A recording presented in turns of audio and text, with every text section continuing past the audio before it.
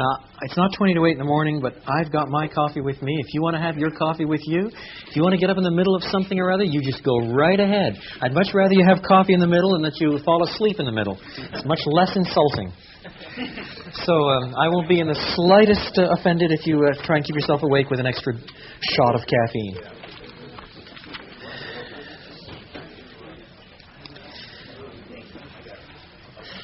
I want to begin now these next 3 addresses, and I will pause now and again for questions and answers and discussion, and rule out of order questions apart from those pauses so that we can keep the flow going. I want to begin to talk about the relationship between preaching and biblical theology. The subject is wonderful, but it is so vast that we're not going to do much more than scratch the surface during these 3 hours, but I hope that it will point a way that I know some of you are already following, but for some of you this may be a bit fresh, even a bit daunting. If you find it a bit daunting, hang in there till the end. In other words, I think this will begin to make a little more sense by session 3 than the first go-round. Let me make 1 or 2 distinctions, then explain to you what I see the challenge is, and then I'll start plunging into text after text after text to try to build up some structures of thought. First of all, a couple of definitions. Historically speaking, biblical theology has been defined in one of 6 ways, and I'm not going to go into the 6. I have an article coming out on that if that interests you in BBR, Bulletin for Biblical Research, this fall. But historically, it has had 6 different connections.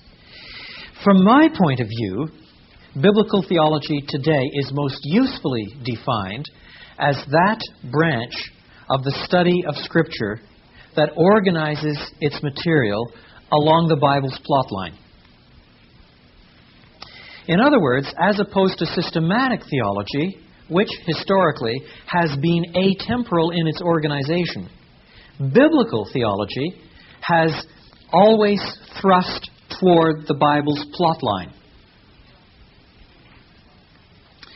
That means that instead of asking atemporal questions of the sort, what are the attributes of God, one asks instead, what does this passage at this point along the Bible's plot line say about God and His attributes? And how does that relate to earlier disclosures, later disclosures? Are they related in a simply additive way? One more piece of information? Or in a prophecy fulfillment way? Or in a typological, anti-typological way? Or some other fashion? Do you see? In a perhaps a distinctive literary fashion or the like. Systematic theology asks and answers atemporal questions. Now, I still think that's a very important thing to do. So I do not want you to take anything I say to be a slap at systematic theology. I would argue, if you press me, that it's a higher form yet. But systematic theology, inevitably as part of its responsibility, tries to pull in the structures of thought in which it is being framed. It is thus more culture sensitive. And it will address things on an inferential basis that biblical theology won't touch. In other words, systematic theology is quite prepared to say, what does the Bible think about promise keepers? Or whatever.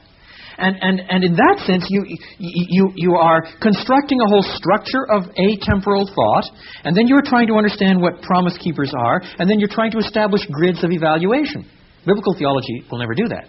Biblical theology is controlled by inductive work from the texts themselves along the Bible's plot line. Now then, historically, a great deal of preaching has fallen into the atemporal grid, for good and bad reasons. Many of the early Puritan manuals on preaching argue that the Bible is made up of 3 things: law, grace, and illustrations of both. And so that when you read through a lot of Puritan sermons, that is the way they're structured. No matter what the text is, you have something about law, and you have something about grace, and you have something about illustrations of both.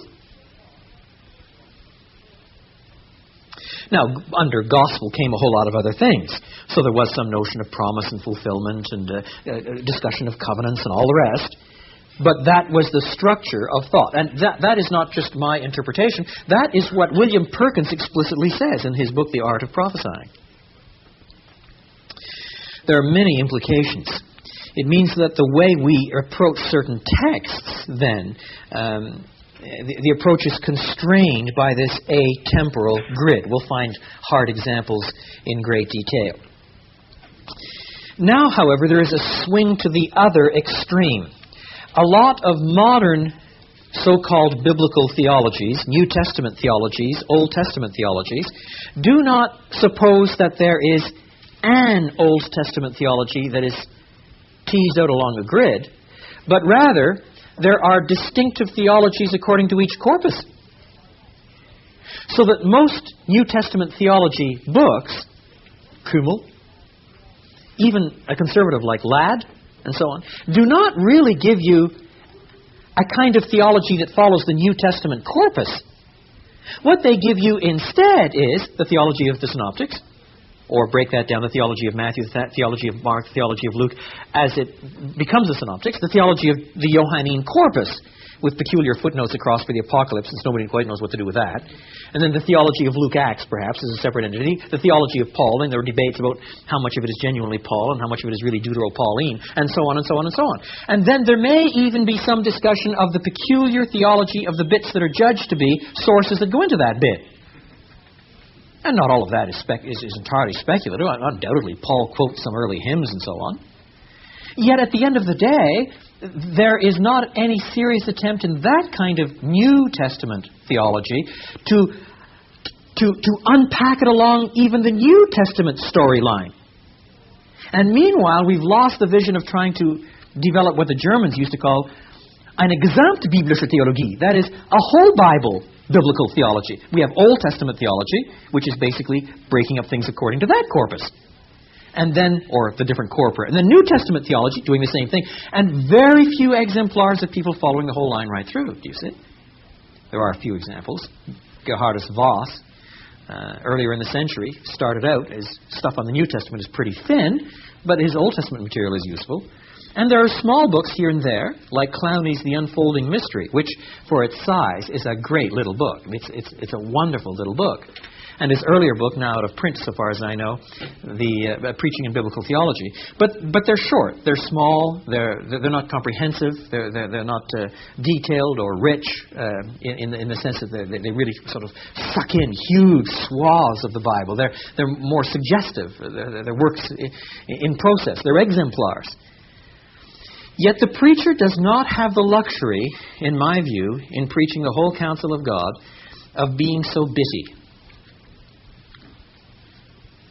Sooner or later, you are trying to get people to think in holistic ways that establish firm structures of thought on which people can hang everything. And the question is, how do you get there? There are some other reasons why this is becoming more urgent today. One of the reasons is we live this side of the rise of historical consciousness. Now, I would argue that historical consciousness has risen and fallen several times in the history of the church. That is to say, it is not something that has come along and now we know it all and our poor ignorant forebears, poor blokes, just thought abstractly. No, it's not like that. I would be prepared to argue that Paul thought in terms of historical consciousness in a way that is exceedingly late and Western. And that the fathers lost it again.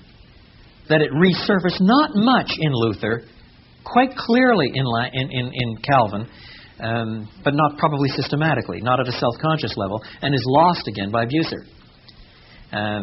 It is cycled again and again and again. Let me give you an example of what I mean, and you'll understand. Take a look at Galatians chapter 3. How is that preached in most Protestant circles? Not least Reformed Protestant circles. Now, I'm not going to work through the whole passage, but here we find some sort of analysis of the function of law, do we not? Yes, Abraham comes first, so what does law do? Well, law is added. It's added to multiply sin, and it's added to serve as a pedagogos, a schoolmaster to bring us to Christ, and so on. So the tendency then is to preach that as answering atemporal questions and applied to the individual. So the proper way to preach the gospel is apply the law. Apply it closely. Bring people to a knowledge of sin. Until they know they're lost, they won't beg to be found. Until they know they're condemned, they won't ask to be forgiven. Until they know they're damned, they won't ask for life. So preach the law. And the law functions as a pedagogos to bring us to Christ. Now that's Puritan theology, pure and simple. And it's Puritan theology that works out in Wesley, too, if you come from that tradition. Wesley, in one of his letters, I think it's 137, I might have the number wrong, is asked by a young man how to preach the gospel in any place when he goes to any place for the first time. And he says, when I go to any place for the first time to preach evangelistically, he says, I begin with a general declaration of the love of God. And then he says, I preach law. I preach law closely and insistently to bring men to understand the gravity and the odium of their offense. And then he says, when I see quite a number of people beginning to be very concerned about their sins and some of them bursting into tears, he says, I admix a little grace. But then he says, I preach much, much, much more law until virtually the entire assembly is consumed with the fear of God and is crying out for compassion. And then he says, I preach grace fully, freely. And quickly he says, I admix law lest men should presume. No, that's standard Protestant, especially Reformed theology. And a great deal of it historically has been pegged on Galatians 3. Now, I would be prepared to argue that there's a great deal of useful analysis of that and some justifiable theology. I would also want to argue it's got nothing whatsoever to do with Galatians 3.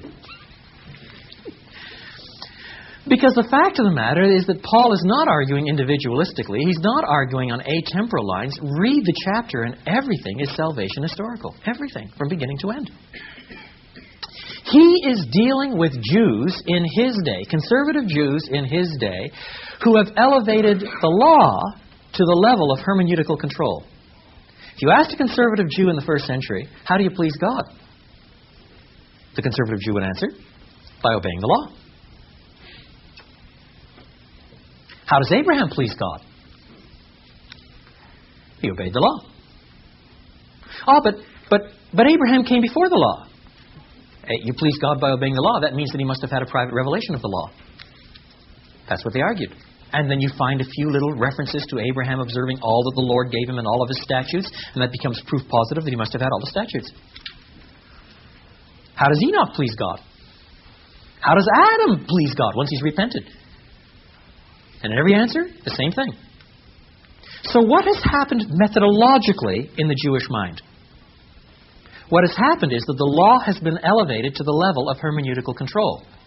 And so the answer to that question is abstracted from any question of where you are on the redemptive historical timeline.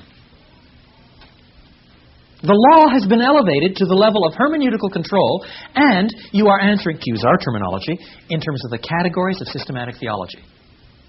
Now, clearly, one of the earliest things that Christians had to confront, one of the earliest things that Christians had to deal with as they began to read the only Bible they had at that point, namely our Old Testament, was to develop a hermeneutic which was not only convincing for them, but which won Jews.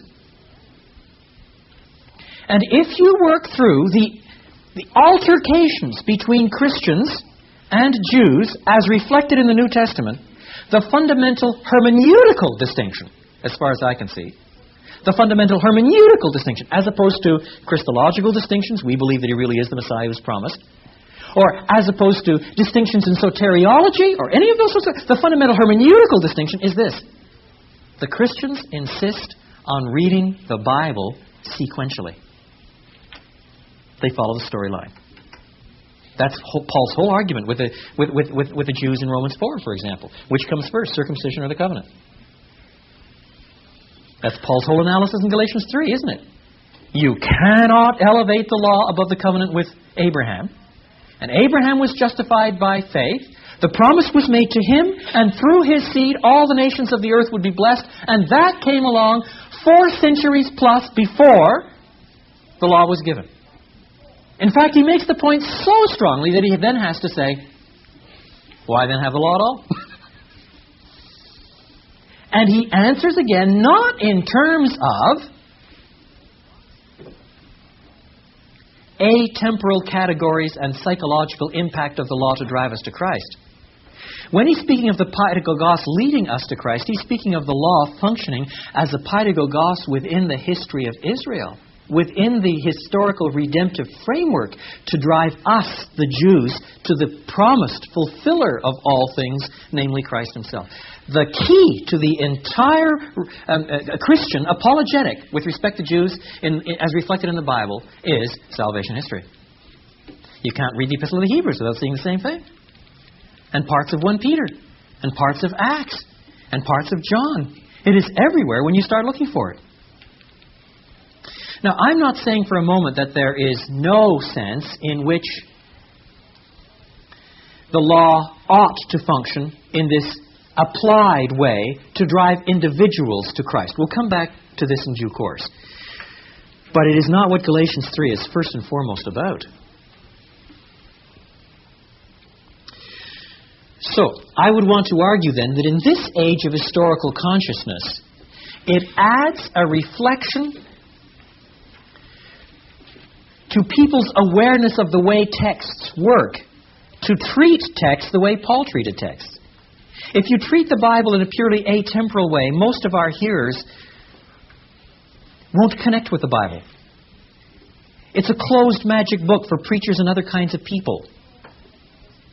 It is something from which you distill little axioms. But it is not a living thing, enmeshed in history. This is part of the glory of God's biblical self-disclosure. It is subjected to what is sometimes called the scandal of historical particularity. If you take Buddhism and pull out Gautama and prove historically that Gautama never lived, you haven't threatened Buddhism at all. It's an abstract system. But biblical Christianity is tied to God disclosing himself in history. And that means at particular times and places and in sequence. And if the pattern is read by seeing it in sequence, otherwise it is misread, then it is part of good hermeneutical control to read the Bible along the Bible's own storyline. Now there's another reason why this is becoming more important, I think, and that is the rising biblical illiteracy of the day. When George Gallup in 1950 asked the question, how many Americans have been reared without any religious training in their youth at all, the answer was 6%. The same question was asked in 1989. The answer? 38%.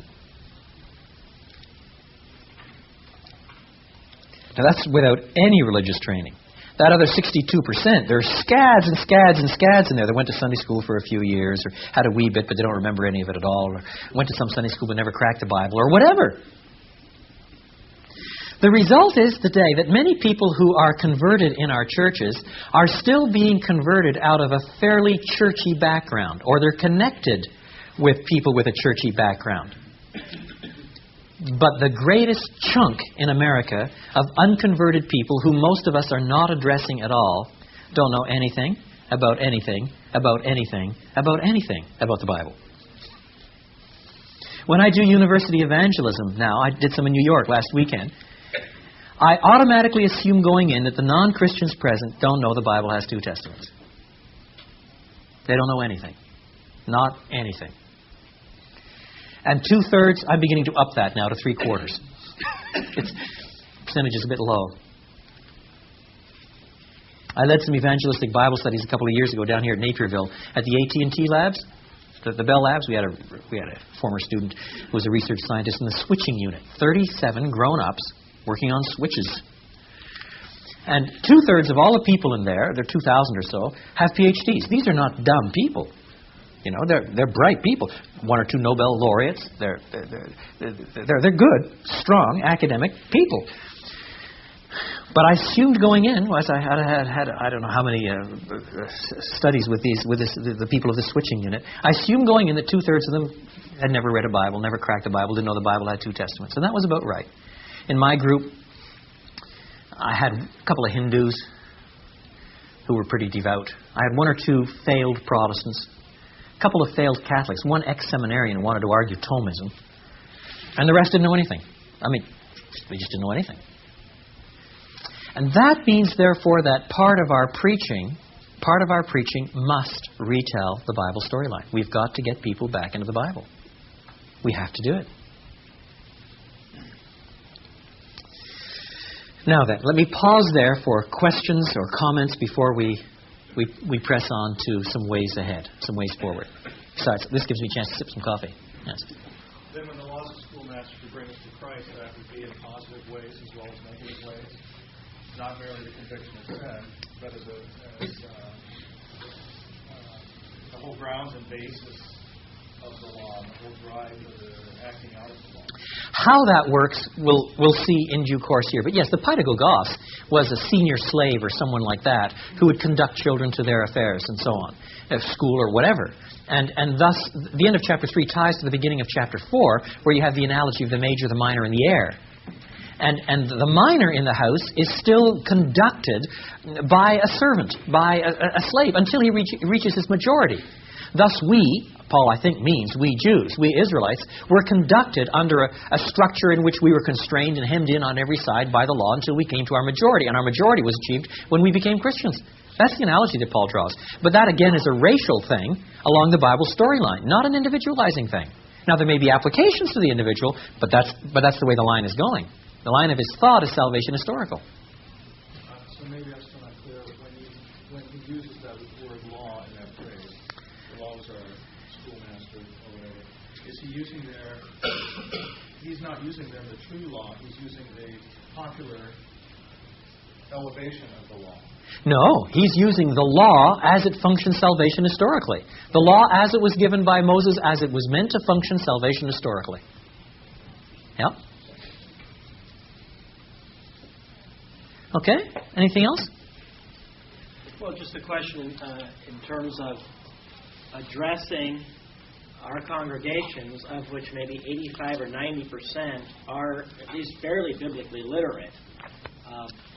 How much then for that 5 or 10% that are there that have a very low literacy level do we address our comments and framework and so forth?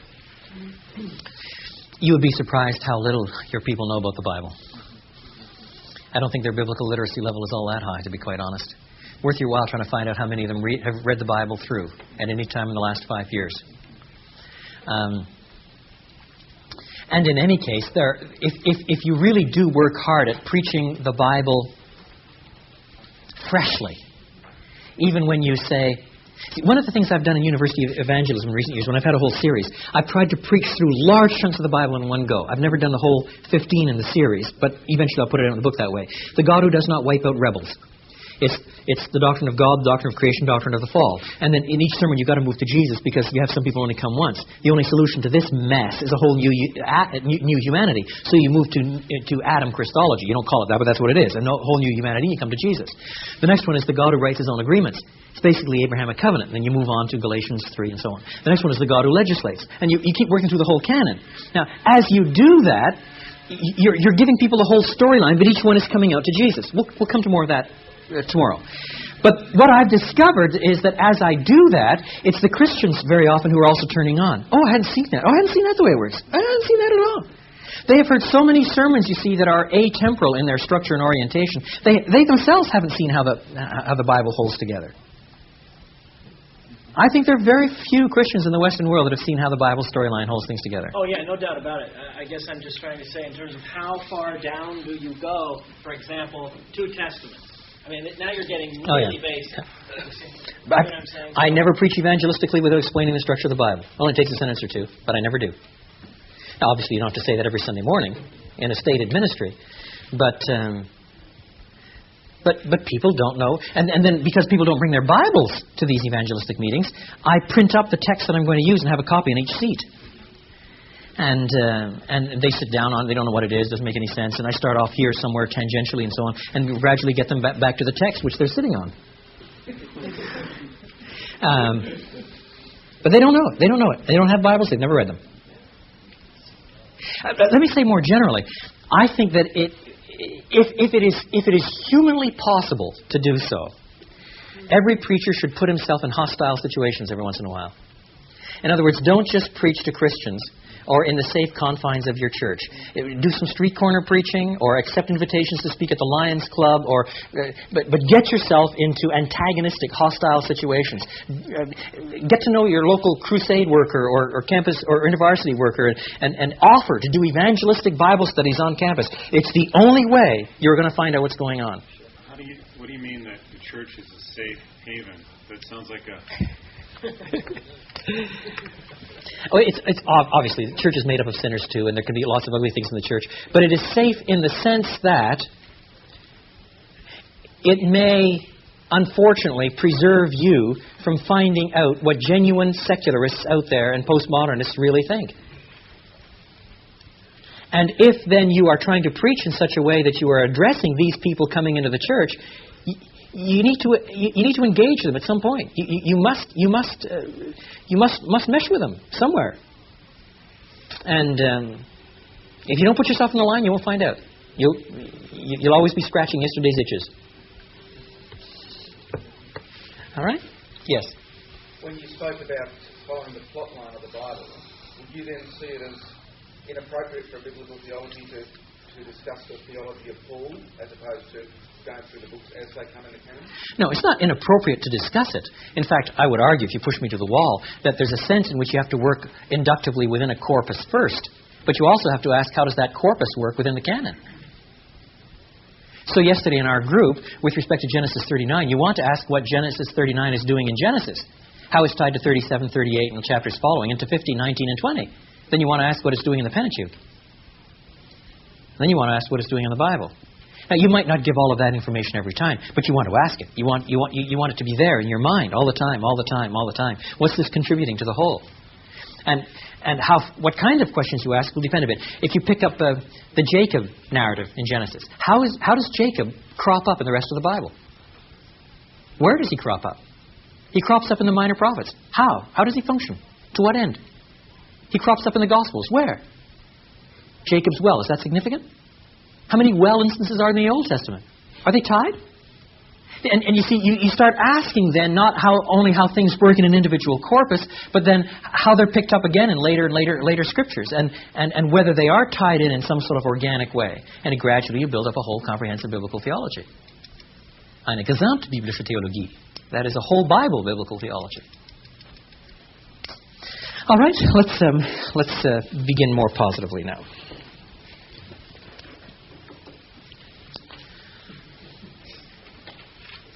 Let me refer you then to a number of passages where a great deal of the Bible's argument turns absolutely on before and after, on sequence, on development, on unfolding in some respect.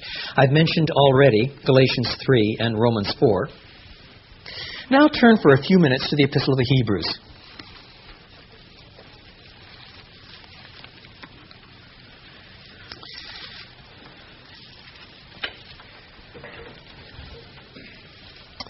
Let's begin with chapter 7. We'll look at several different ones here.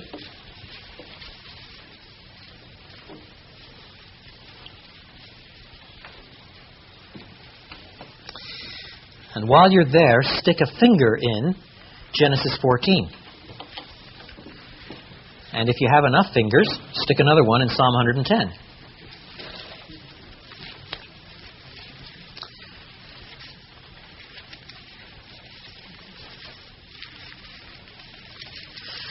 Now, the reason why this one is so interesting is because here you have an Old Testament figure, Melchizedek, who pops up precisely twice in the Old Testament, yet nevertheless becomes a really central character in one of the New Testament books, and as a foil, crops up in intertestamental Judaism as well. There's a whole Melchizedek scroll from Qumran.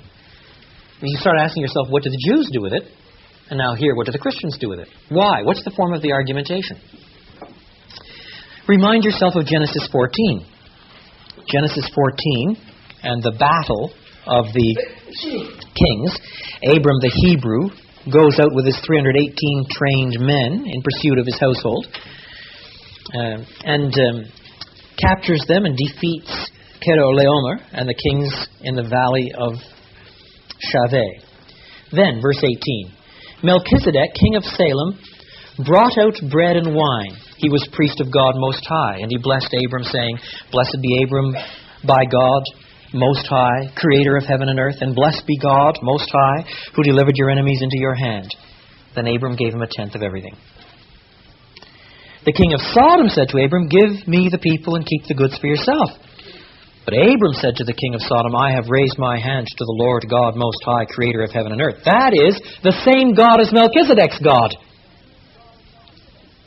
that I will accept nothing belonging to you, and so forth. Now, if you're working in Hebrew, you will discover that there are many, many verbal links between the end of chapter 14 and the beginning of chapter 15. One of the high points of the covenant. Do not be afraid, Abram. I am your shield, your very great reward, and so forth. Now then, that's the first passage. The second passage, of course, is Psalm 110. Here Yahweh says to my Lord, small L-O-R-D, sit at my right hand until I make your enemies a footstool for your feet, and so forth. Yahweh has sworn, verse 4, and will not change his mind. Now he's saying this to my Lord, David referring to my Lord. The Yahweh, the Lord, caps, has sworn and will not change his mind. You are a priest forever in the order of Melchizedek. That's it. The entire Old Testament witness to Melchizedek. There is no more. Now you come to Hebrews. Melchizedek is introduced briefly in chapter 5, but then there's a long excursus on perseverance that we need not pursue. Chapter 7, verse 1. This Melchizedek was king of Salem and priest of God Most High. He met Abraham returning from the defeat of the kings and blessed him, and Abraham gave him a tenth of everything. So far, simply the narrative has been pursued. There's nothing new there. First, you're now getting an exposition on the text. First, his name means king of righteousness. That's simply the Hebrew, Melchizedek.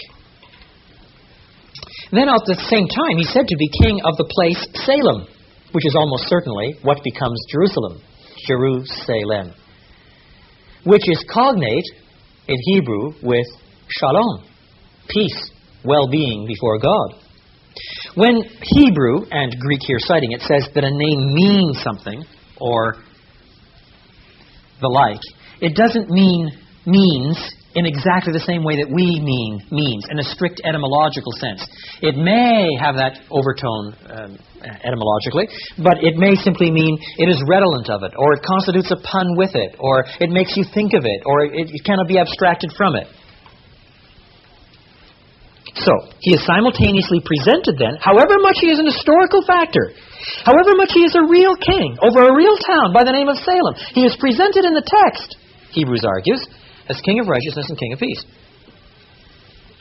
Without father or mother, without genealogy, without beginning of days or end of life, like the Son of God, he remains a priest forever. Now, that passage, of course, has caused any amount of debate in the church as to whether or not this is a pre-incarnate appearance of Jesus Christ. If he's literally without father or mother, you sort of run out of options, don't you? But in all fairness, I don't think that's what the author here means at all. He's reading the text of Genesis. What do you have in Genesis? Everybody who's anybody in Genesis is connected to the genealogies.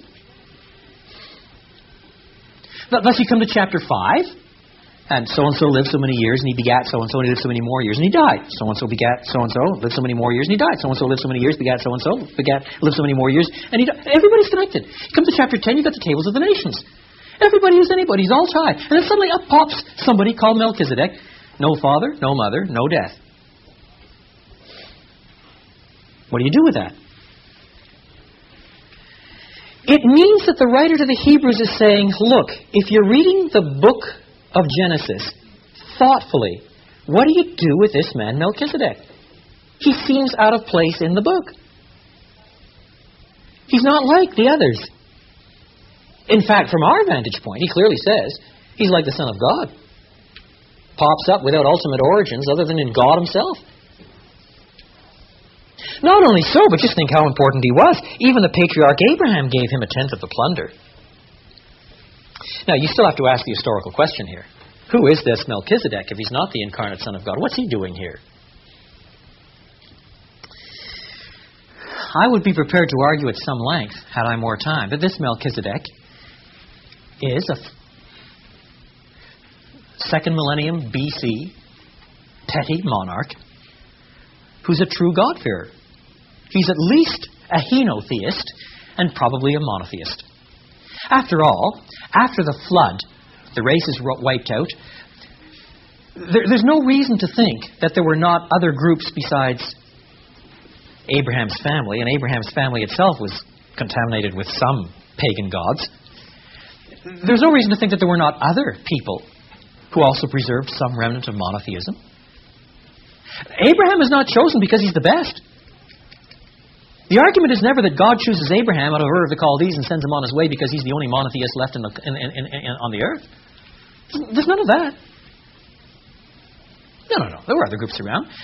And as a result, Abraham recognizes in this man, who's at least a henotheist and maybe a monotheist, he recognizes in him one who shares with him the faith in the God of creation. The God who makes all, the ruler of heaven and earth. He's a priest king. And as a priest king, Abraham offers him his due. Now that's the historical reality. It's a minor incident in the life of Abraham from one perspective. There's no way that Abraham knew where this was going in the book of Hebrews. Nevertheless, God knows where it's going. And so the writer of the Hebrews says, now I want you to think through what this picture starts signaling. And then he says, granted that this character is mentioned in Scripture and God knows where things are going, you have to remember how great this chap was if even Abraham, our father, offered him tithes. And then shortly on, he's going to say, and you have to remember that he pops up in one more place, Psalm 110. Now follow his reasoning then, as he takes us through it. Even the patriarch Abraham gave him a tenth of the plunder. Now, the law requires the descendants of Levi who became priests to collect a tenth from the people, that is, from their brothers, that is, equivalent orders of authority, even though their brothers are descended from Abraham. This man, however, did not trace his descent from Levi, yet he collected a tenth from Abraham, the ultimate patriarch, and blessed him who had the promises. And without doubt, the lesser person is blessed by the greater. In the one case, the tenth is collected by men who die, but in the other case, by him who is declared to be living. That is, by one of whom, for whom there is no account of his dying, just as there's no account of his origin, so there's no account of his departure. Nothing. One might even say that Levi, who collects the tenth, paid the tenth through Abraham because when Melchizedek met Abraham, Levi was still in the body of his ancestor. One might even say, one might. And the reason why one can think in those terms, of course, is because you're dealing with a vision of society and of humankind that is much less individualistic than ours is today. The point is, in any stratified society, if you are a footman and your child is thus the son of a footman, your child necessarily is less than the son of the owner of the mansion. By definition, he's yours. And thus, if Abraham presents himself as in some sense paying due to Melchizedek, then Levi is less than Melchizedek in the same way that Abraham is less than Melchizedek. That's all that's being argued. Now, Levi has been mentioned, and the reason why he's so critical is because some Hebrews are in danger of flipping back to the entire sacrificial system of Levi. If then perfection could have been attained through the Levitical priesthood, for on the basis of it, the law was given to the people. That's an extraordinarily important parenthesis. Mark it. We'll come back to it. Why was there still need for another priest to come, one in the order of Melchizedek, not in the order of Aaron? Now then, that's a reference to Psalm 110. Because it's in Psalm 110 that you get the announcement of a priest coming according to the order of Melchizedek. But the whole argument here turns on reading the Bible sequentially. The point is, if there had been promised some priest according to the order of Melchizedek, in Genesis 14 wouldn't have affected very much. The point is, however, you've got a priesthood according to the order of Levi between Genesis 14 and Psalm 110. Psalm 110 on any reckoning is Davidic. 1000 BC. Melchizedek is 2000 BC. Between the two, no matter when you date the Exodus takes place. Sinai, Levi, the whole Mosaic Code. Now you've got a priesthood in perpetuity, and yet after that priesthood in perpetuity, you get the announcement of another priesthood. So the question becomes, if then the Levitical priesthood could have brought perfection, why bother announcing another one? Why? Now then, go back to the parenthesis. On the basis of it, the law was given. Notice, not the law is the basis for the priesthood, but the priesthood and sacrificial system is the basis for the law.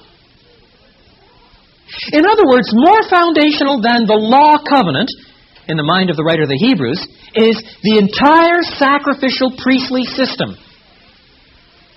But the entire law structure is based on the tabernacle, the priesthood, the distinction between Levi and his brothers, and so on. It's all based on that. Now then, if you come along and change the priestly system by announcing that there's going to be a new priest, in principle, you've put a huge question mark, not only over the Levitical priesthood, but over the law. Because the law is based on the priesthood. You've now called in question the priesthood. So the parenthesis thus becomes a critical movement in the flow of the argument. The law covenant, based on the whole priestly system, is jeopardized as soon as you've announced that there is, in fact, a new priestly system coming. It is clear our Lord descended from Judah, and in regard to that tribe, Moses said nothing about priests. And what we have said is even more clear. If another priest like Melchizedek appears, not one who has come as a priest, not on the basis of regulation as to his ancestry, but on the basis of the power of an indestructible life. You are a priest forever in the order of Melchizedek. You see what the author has done here? He's made a link between the fact that Melchizedek in Genesis 14 has no signs of origins or death to the initial typological connection made in Psalm 110. The one who is a priesthood in his order is made a priest forever. No death. The one historical incident thus is becoming a model for a new kind of priesthood where there really is no termination, where there really is no death, and he there is tied to the Davidic king.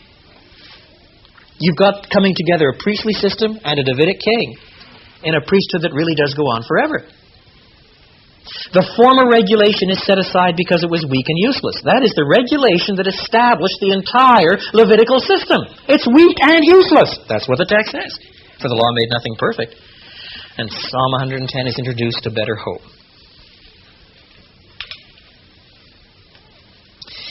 Now the point is that all of this reasoning is based on a salvation historical reading of the text. If you configure them in a different order, you can't follow it this way.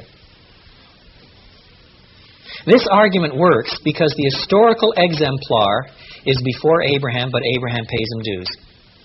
Levi is therefore less than Melchizedek. The announcement about the Melchizedekian priesthood comes after the Levitical priesthood has been made. And therefore it must be announcing the principial obsolescence of that priesthood, and therefore saying something about the transience of the law covenant. All of the argument, you see, turns on a certain salvation historical reading. Let's take another example, the next chapter. Chapter 8. Here, the new covenant with Jeremiah is introduced. The time is coming, declares the Lord, when I will make a new covenant with the house of Israel and with the house of Judah. We'll come to that passage in due course. We'll look at it more closely. But notice the argument in 8:13. By calling this covenant new, he has made the first one obsolete. Isn't it the same sort of argument? Chapter 3 and first part of chapter 4.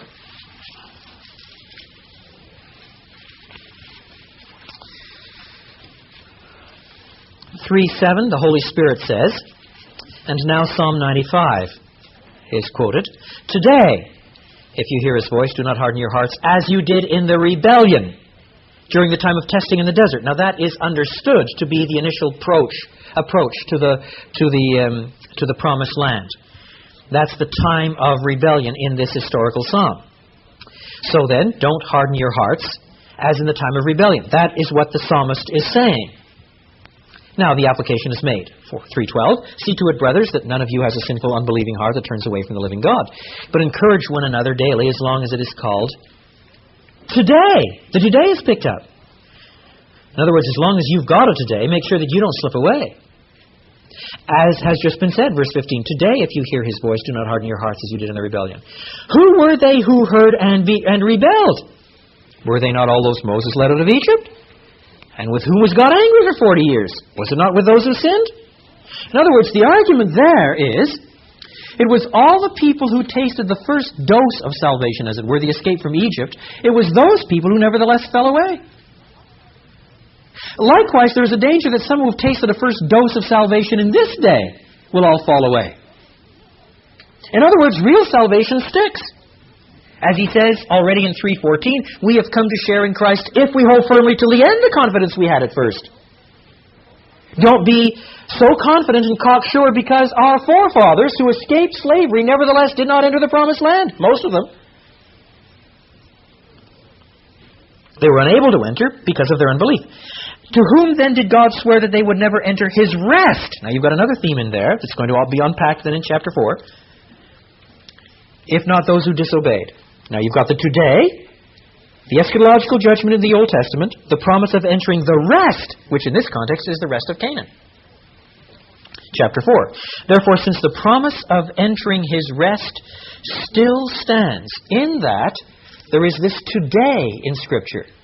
This today in Scripture says, do not harden your hearts. So I declared on oath in my anger, chapter 3, verse 11, they shall never enter my rest.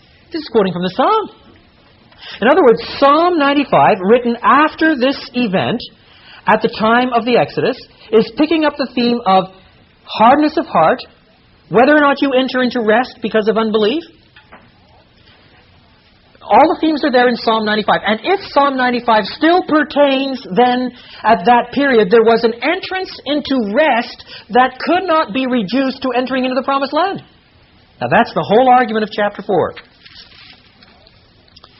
We also have had the good news preached to us, just as they did, but the message that they heard was no value to them because those who heard it did not combine it with faith. That is, those who escaped from Egypt but not enter the land. Now we who have believed enter that rest, just as God has said, so I declared on oath in my anger, they shall never enter my rest. What do you mean we have entered into this rest? How does the author get that? What kind of warrant is there for that kind of leap of judgment? Now, what he has done is leaped to his conclusion in verse 3, and the remaining verses, all the way down to 13, unpack it. What he does, first of all, is go farther back to creation. God's work has been finished since the creation of the world. At the end, on the seventh day, God rested from all his works. And then again in the passage above, he says, they shall never enter my rest. Now, wait a minute, you've got rests coming out your ears. How does this all fit together? You've got God's rest back then at the end of creation, and then you've got the people entering into the promised land who didn't enter the rest, and then about the 10th century, God says, don't be hard of heart today, as it was in the days of provocation, or you still won't enter into my rest. And now the author is saying, do you want to enter into God's rest today? This rest theme, you see, is being tracked along the salvation historical axis. How does he put the pieces together? At this stage, it's very confusing. But I think he puts the passages together very clearly. Look, what he's done is he's jumped. He's hit all the pieces, and I've tried to leave them just as they were, as they come up in the text. And then he puts them together. Verse 6. It still remains that some will enter God's rest. God's rest is established as something that is desirable as early as creation. God rested. Do you not want to rest with God? It's desirable. And it still remains that some enter the rest, some are invited to enter the rest. 10th century BC, those who formerly had the gospel preached to them did not go in. Therefore God again set a certain day, centuries later, today, when a long time later, notice the salvation historical grid, a long time later, he spoke through David, as was said, today, if you hear his voice, do not harden your hearts. And then the critical verse, verse 8. If Joshua had given them rest, when they finally did go into the promised land, don't forget, the first fathers didn't go in, but the next generation did. So if the promises of God to enter into His rest were exhausted by entrance into Canaan, how is it that centuries later in David's time God is still inviting people into His rest? Do you see what the argument is? If Joshua had given them rest, God would not have spoken later about another day. Now that whole argument turns on salvation history. If all of God's promises about rest were exhausted in entering into the promised land, then although the first generation did not get in because of unbelief, the second generation did. So what on earth is God doing in David's time saying, today, if you will not harden your hearts, if you do not act like the people of the provocation, you may still enter into my rest? What the author is inferring, of course, is that the ultimate rest, therefore, cannot be entrance into the land. It is the wrong way of reading the Bible. If the promises of God turn finally on the covenantal people merely getting into the land, then Psalm 95 makes no sense. Psalm 95, put in its proper chronological place, relativizes the significance of the people entering into the rest of God in the land. That's the fact. And then he stretches it back. Stretches it back to creation again. There remains then a Sabbath rest for the people of God. For anyone who enters God's rest also rests from his own work, just as God did from His. Now do you see what you've got going? You've got the Sabbath rest serving as a model of something we need to enter and to follow God's model in it, to cease from our works as God ceased from His. Then you have the first approach, which could have been rest, but which in fact was rejected for most people. Then you have Joshua, an entrance into the promised land.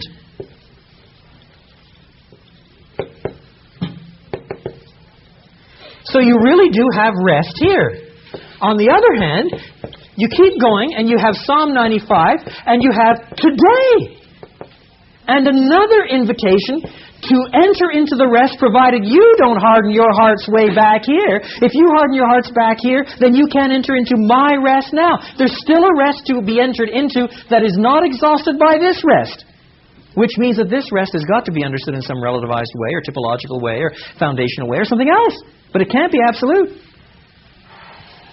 And then you come along and you find Jesus Christ and you start remembering that He is the one who said at the end of Matthew chapter 11, "Come unto me, all you who are weary and heavy laden, and I will give you." So it's picked up that the ultimate Sabbath, thus, the Sabbath that's established in principle here, is fulfilled here. There's a typological unpacking of Sabbath. The ultimate Sabbath fulfillment is in ceasing from our own works and entering into the salvation of God. Now, clearly, if you're a first century Jew and you think the land is important and entering into the land is important and the temple is important and all of this, none of this makes any sense. On the other hand, what the writer to the Hebrew is trying to say is, none of this depends on clever Christological thinking.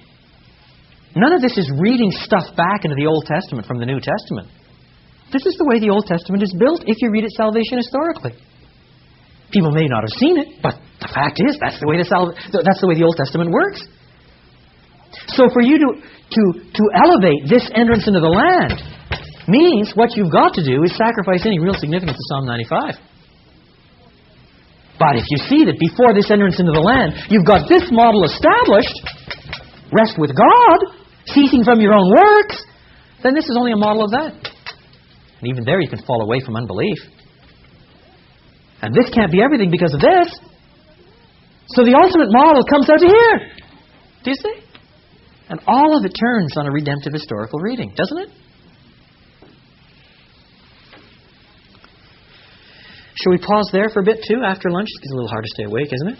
Do you want questions, answers, comments? Yes? Just on this Hebrews passage and the eternal rest and Sabbath rest, and you're saying it is fulfilled in Christ. Yes.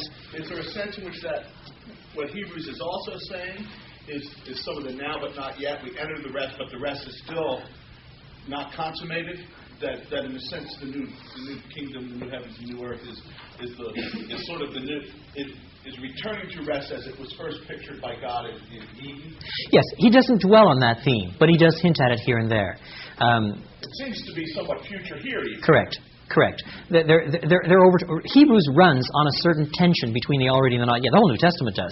Hebrews does as well, so that there's a sense in which we're already citizens of the New Jerusalem. We're already gathered before the presence of God. We're members of that new commonwealth already. We happen to be living back here. And the idea is not so much, I think, in the New Testament and in Hebrews in particular, that we're here and there's one more to go. The rather is that we're into this one already, which is overlapping back here. That's right, and it will be consummated. That's correct. But at this point, I'm not trying to deal with that side of it because it's this development that I want seen. I want you to see that the structures of thought are working in such a way that any honest first century Jew would be captured by it. It's not appealing to a kind of fiat declaration about who Christ is, and apart from His authority, you're not going to make sense of this. This is a kind of secret, hidden key. Once you've got that key, then you'll understand. No, all of the arguments are worked on the chronology of the Old Testament. What the argument is again and again and again in Hebrews is, read the Old Covenant Scriptures sequentially, and you are driven toward Christianity. Wouldn't it be fair to say that he's just expositing the Old Testament for us? Oh, yes, but he's expounding it along a salvation historical grid. That's my point. He's expounding it not atemporally or using the systematic categories of conservative Jews. He's expounding it along the salvation historical timeline. Yeah. So don't allow me to put words in your mouth, but your Joshua, what you're saying is the rest he was offering was a typological symbol of the rest Christ was going to offer. Doesn't that invalidate the last verse in 3:19, which says the reason they couldn't enter the rest of Joshua was their own disobedience? No, the reason they couldn't enter here. Right. But Joshua was offering them a genuine rest they said no to. No. You're confusing these two. They came up in the first place at the beginning of the 40 years with Moses. Okay. They came to the south. You recall they sent in the spies. And because of that, they were banished then for 40 years. Moses then dies in the wilderness. And Joshua does lead them in. But if Joshua finally does lead them in, does that mean that all the promises about rest then, even though the first generation die off because of unbelief, that nevertheless the promises of rest are fulfilled and exhausted in the entrance into the promised land? No, because there's still Psalm 95, where God is still saying, today you can enter my rest, provided you don't have hardness of heart. Do you see? So it's not, this is not one incident, this is two, separated by 40 years, or 38 years. Yes. Please help me here with this tension. My particular Western mindset would almost want to suggest that the author undermines his own argument by making parallels between God's works and our works, and by going back to the Sabbath rest that God enters into at creation, but that I don't necessarily find in Genesis 1 and 2 that I'm offered to enter into. It almost, as I try to follow the logic, I want to say from a human standpoint to the author of Hebrews, you're pulling out stuff and saying it's parallel, but it's not. Can you help me with that? Yeah, what I would say is, in the first place, the initial antithesis you offered me between God's works and man's works, I'm immediately nervous about. Because after all, this kind of rest is not something that Moses is pulling off on his own, thank you. God's behind this too.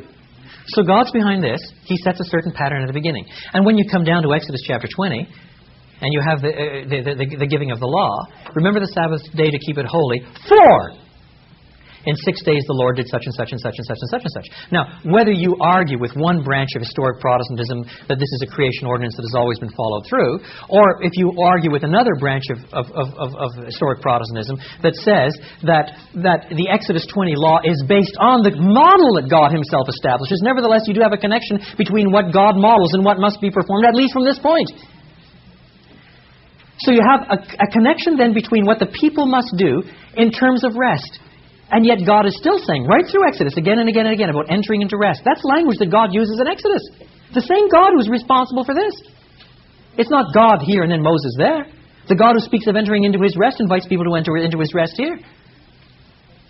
And then, in fact, even commands that some of their rest is bound up with a model way back here to make them reflect upon it. And then if they don't believe and obey, they die in the wilderness, and they approach the land, and they do enter into His rest. Except that, another few hundred years, and the same God is saying, today you may enter my rest. And so it's the same God behind all the Scriptures, and the author is insisting simultaneously on a gesamte biblische Theologie, because it's one author, and at the same time in reading the whole sequence of narratives in their proper historical flow. Okay, here's the kink in my rug. Aren't my works sinful works, though?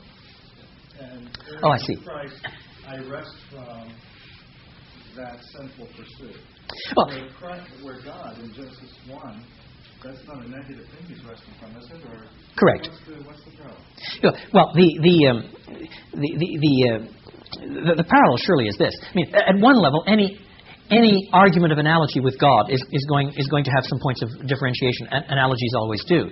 But we're not just resting from our sinful works. We're resting from our good works. In other words, we don't enter into God's rest by thinking that we even do our good. Of course, we've got to rest from our sinful works. But that's not the point. The point is, we don't enter into God's rest by saying, here are all the good things that I do, God. Aren't these wonderful? I've done all these wonderful good works. God even rested from His works. Now, of course, He doesn't rest from His good works in order to enter into salvation. Of course not. But the fact is, the way that He chooses to present His own creation, the way He chooses to present Himself, to disclose Himself, sets up a certain model, which then commands people to rest from their good works, all during the week, earning money, supporting the family, playing with the children, whatever, all these good works, they rest. And even they rest from their enemies and from slavery into what God has provided for them. But it's still not enough. They're still inviting it. And at the end of the day, what you must come to terms with is that to enter into God's rest, you cease from your works. Not least your good works. You abandon yourself to Him. Oh, I think it's rich. I think it works. I think it holds together. But the whole thing turns at the end of the day, finally, on salvation history. Yes? What kind of experience of rest would there be in Psalm 95? Or you quickly race right over to the cross? The author does not try to talk about it from a sort of psychological analysis point of view, what kind of rest it would be. It must be bound up with the rest of the knowledge of God. That is, to know Him. But his argument is not to analyze exactly what kind it is. His argument rather is that whatever the rest bound up with entering into the promised land is, that can't be exhaustive, because there still promises something else to those who are already in the land. So the land itself is not ultimate. Yes? Yeah, here it's nice because I've got the writer of Hebrews showing me that. Do I then have the freedom to interpret Old Testament passages in similar fashion that are not explicitly done so by a New Testament writer? Well, we'll do a lot more of these in the next... When Dr. Hughes asked me to come, he wanted me initially to give a title for the second address, third address, and fourth address. And I fumbled and I hemmed and I hawed, and I finally wrote back and said, bear with me, let's just make it Biblical Theology 1, Biblical Theology...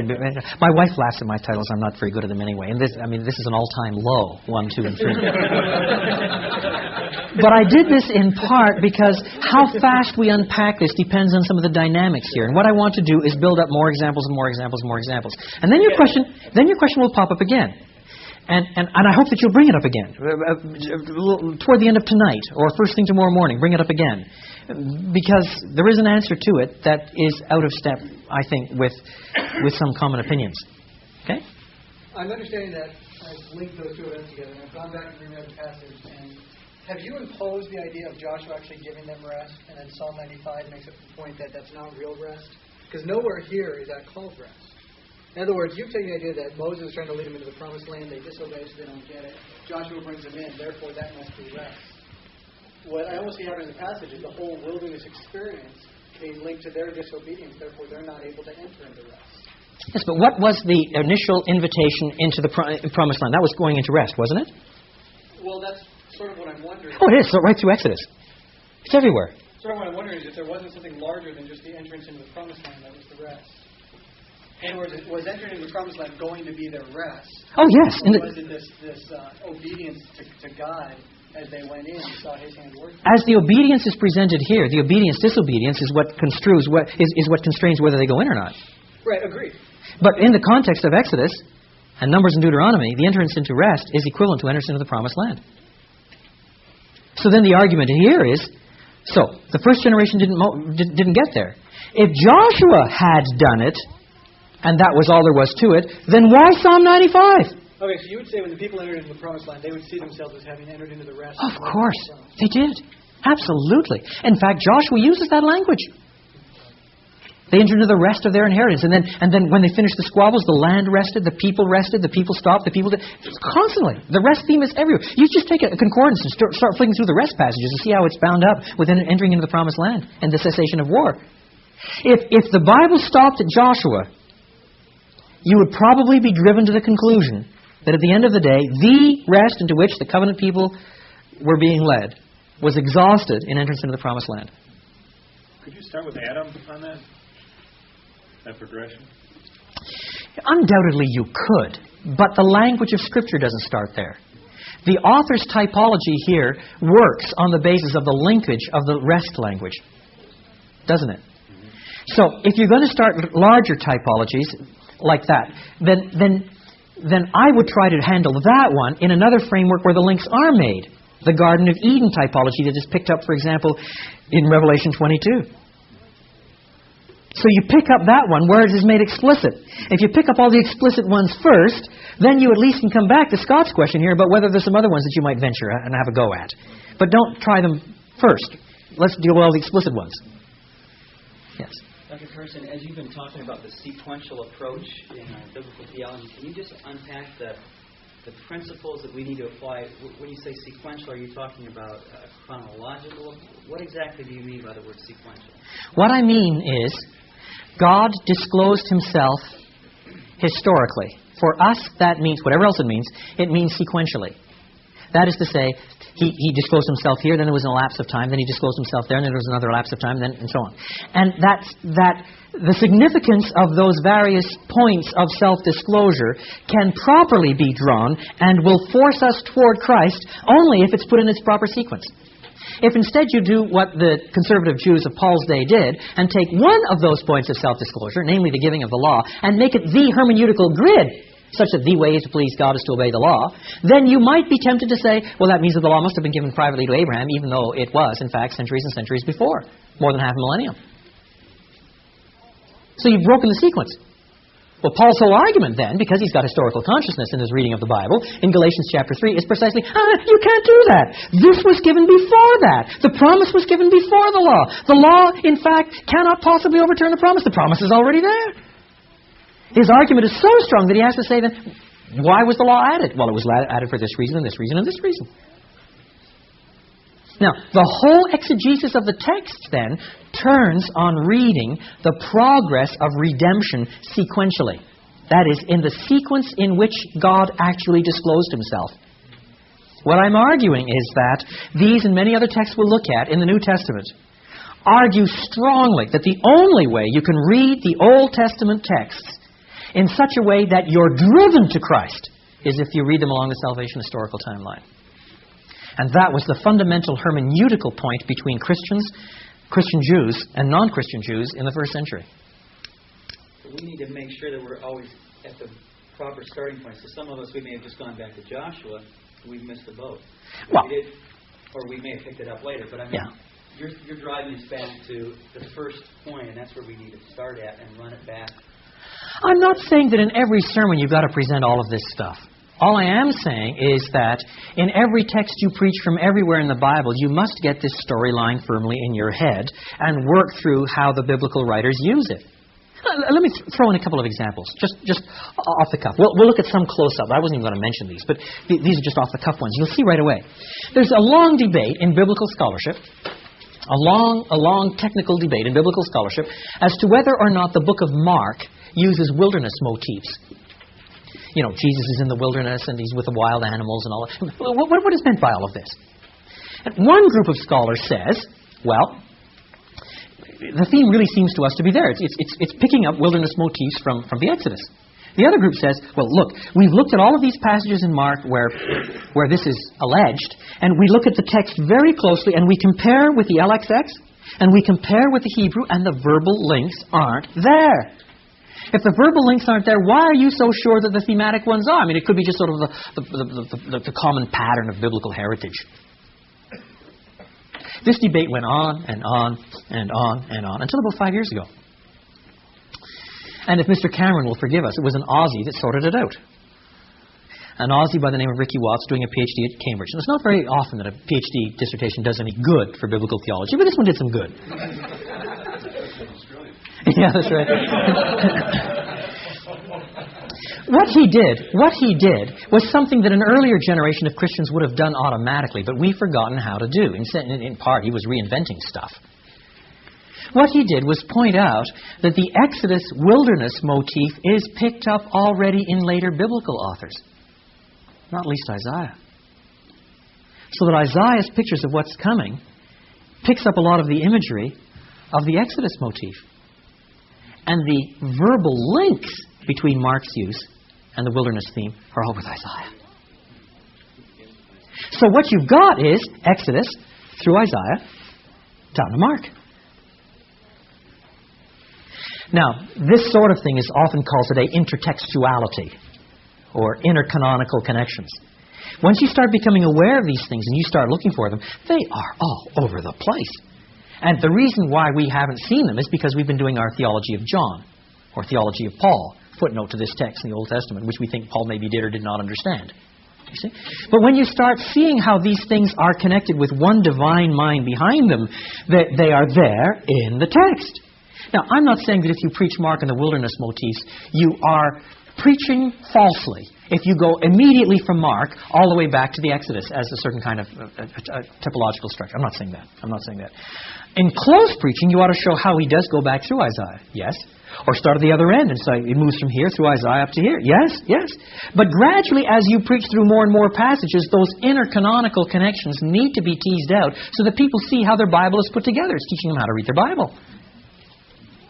Now, I'm anticipating where I'm going here. But supposing now you are preaching on Joshua. That's Moses. Joshua. Now you're preaching on Joshua. And you have all of this imagery of entering into the promised land and into the rest of God, and then the land rested from war, and so on. The phrasing comes up again and again and again, scads of times. What do you do with it if you're a Christian preacher? You see, if you're unaware of these connections, if you don't think in these terms, then all you're going to do with Joshua is draw nice lines about how we ought to be courageous. And from chapter 1, verse 8, make sure you meditate on the Bible lots. Then you'll have lots of success. We all want success, don't we?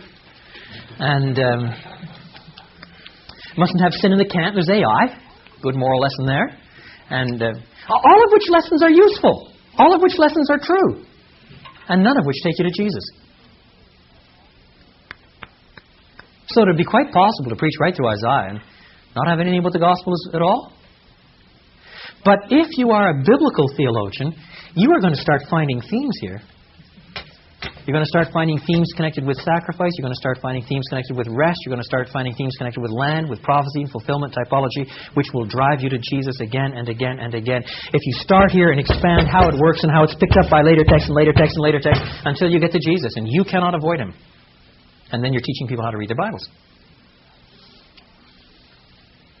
So I will go so far as to say a biblical preacher, doesn't have to do it all the time, but a biblical preacher, if he's a Christian preacher at all, for all that he's got to locate this text in the first instance in its own place in history, he's a miserable failure of a preacher if he doesn't preach it Christianly as well.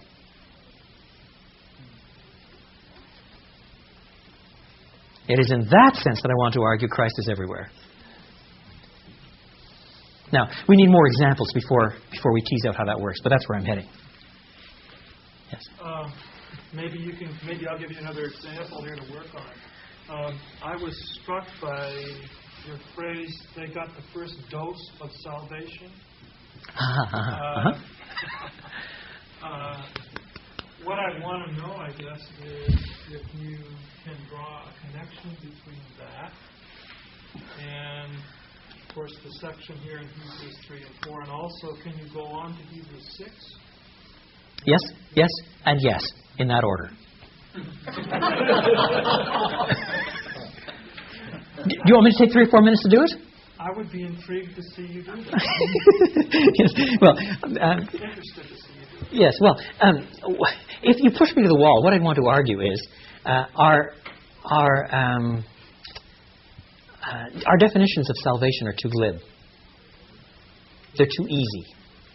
They're based on decisionist models that don't make adequate allowance for the complexity of the turning point of what conversion truly is. To take an example from the parable of the sower, seed falls on different kinds of ground. But one of the kinds of ground is what the Bible calls stony ground. Stony ground in Palestine means ground with the limestone bedrock pretty close to the surface. So it crops out and it's stony ground. And it says seed that falls on that ground immediately blooms, it immediately grows, immediately sprouts. And the explanation is given by Jesus. The seed itself, because there is such a shallow bit of earth, it warms up quickest in the spring, and therefore the seed germinates the quickest. It begins to shoot up tendrils, and it promises to be the best of the crop. However, the first rains cease, the second rains haven't come, the Near Eastern sun pelts down, the roots look down for moisture, hit the limestone bedrock, the plant keels over and dies. Jesus says, this is like those who hear the word and immediately receive it with joy. In other words, they come forward at our meetings. They get baptized. They seem to be the best of the crop, the most promising, quickest off the mark. But then when a bit of tribulation comes or a bit of persecution, they keel over. They never produce any fruit. Are they saved or are they not? Are evangelical saved? That's right. I would want to argue that in ultimate biblical terms they are not. Because it seems to me the whole argument of chapter 3, verse 14 here is that we are made partakers of Christ if we hold the beginning of our confidence steadfast to the end. That's part of the definition. Or to use 1 John's language, 1 John chapter 2, verse 19, they went out from us in order that it might be made clear that they never were of us. If they had been of us, they would have remained with us. So here you have baptized members of the church, in other words, who never were of us, and this is exemplified and demonstrated and proved finally in the fact that they leave. For real believers stick. If they had been of us, they would have remained with us. So in other words, I think that we have all kinds of debates among ourselves today about once saved, always saved, does that work or not, and the sort of Zane Hodges camp, which has people being saved even though they no longer believe. You can live. He's saved unbelievers. Live like the world and the flesh and the devil, and they're merely carnal Christians, and all kinds of really abysmal exegeses, based in fact in part on a horrible reading of conversion. Now, in this sense, you see, the author here, and not only in Hebrews, this is the same argument, tilted a slightly different way, in 1 Corinthians 10. In 1 Corinthians 10, likewise, you get a moral argument. These people were saved and entered into the baptism of Moses. They were baptized into Moses. They were saved from slavery, but they never entered into the promised land because of unbelief. Same argument. So they had a dose of salvation, as it were. They're like the seed that falls on rocky ground. That doesn't mean they're saved. These are the same people in Hebrews 6? If you want to push me a little farther, I would be prepared to argue that that is also what is going on in Hebrews 6. Yes, I would. And I would argue it at great length and with vigor. But I would, yes. I was on the origin of biblical theology, where you have a difference in this hermeneutic, like the laws of hermeneutic of the rabbinical Jews. It obviously didn't begin with Paul. Yes. And then you've got Jesus interpreting the Old Testament. So biblical theology is rooted in Jesus' interpretation, I would think. It doesn't come just with Paul full-blown, but Jesus gives it. Is that where it comes from, or were there any precursors of it? Oh yes, there are precursors in the Old Testament already. In other words, the intercanonical connections are already rich, for example, between the Exodus and the Psalms, between the Exodus and the prophets, and so on, so on, so on. So it was now, debated among the rabbis. Oh yes. Oh yes. But what I will argue tomorrow, I haven't got there yet. What I will argue tomorrow, to anticipate where I'm going, is that the Gospels are some of the hardest parts of the Bible to preach. But once you see how this salvation historical material works, some of the richest, because you make connections both ways. And that Jesus himself already models and teaches a salvation historical reading of the Old Covenant Scriptures. Paul has picked up on it clearly and most ruthlessly in the best sense. Partly because he's being exposed to Gentiles all the time and is forced to think along those lines in a sense that Peter wasn't. But that ultimately the fundamental principles that are at stake in some of this are tied up with Jesus. But it's not Jesus qua arbitrary interpreter. We follow Jesus. Jesus interprets the Bible that way, therefore we follow the Bible that way. Now, there's a sense in which I want to say, yes, there's something right about that. Granted who Jesus is, if we don't understand, we still follow the Bible that way. But what I am saying is that Jesus is in fact using a hermeneutical grid different from other Jews of his day, which establishes a Christian reading of the text that is sensible, that is coherent. Now, it also has to be tied in with the fact that Jesus also speaks of things that were hidden from their eyes. It's tied in with a mystery language as well. That's another whole track that I want to tease out just a wee bit tomorrow. So that's anticipating a bit where we're going tomorrow. I need more examples today first. Yes? Off of the previous discussion, what then did the writer of Hebrews mean by the word gospel in Hebrews 4? Yes. Well, it's clearly not gospel in the full-blown substantive sense that we take on board by the term today. On the other hand, what's equally clear is that he sees an organic connection. And that's a bit like the way Abraham is treated in Romans 4 and Galatians 3 too. I mean, he's got the gospel too. And what it is bound up with, I think, is this commonality, that God provides it in grace, and we receive it in faith, issuing in obedience. It's God's good news for the fullness of his blessing for his people. Now, obviously, that centers in the mind of the author of the Hebrews, ultimately, in Christ and the cross. But since all of the steps along the line are moving in that direction, insofar as they have got it at that stage in redemptive history, they've got the gospel. I think that's the way it works. Now, there's some fundamental questions here, I acknowledge, about Old Covenant, New Covenant, and so on. We'll pick those up tonight. I want to get into law and gospel questions tonight, and their significance, and then the Gospels and Jesus tomorrow, and then wrap it all up in terms of what this means for how we then preach this material. That's where I'm heading. Okay? I'm getting high signs from Mr. Helm here. Would I please shut up?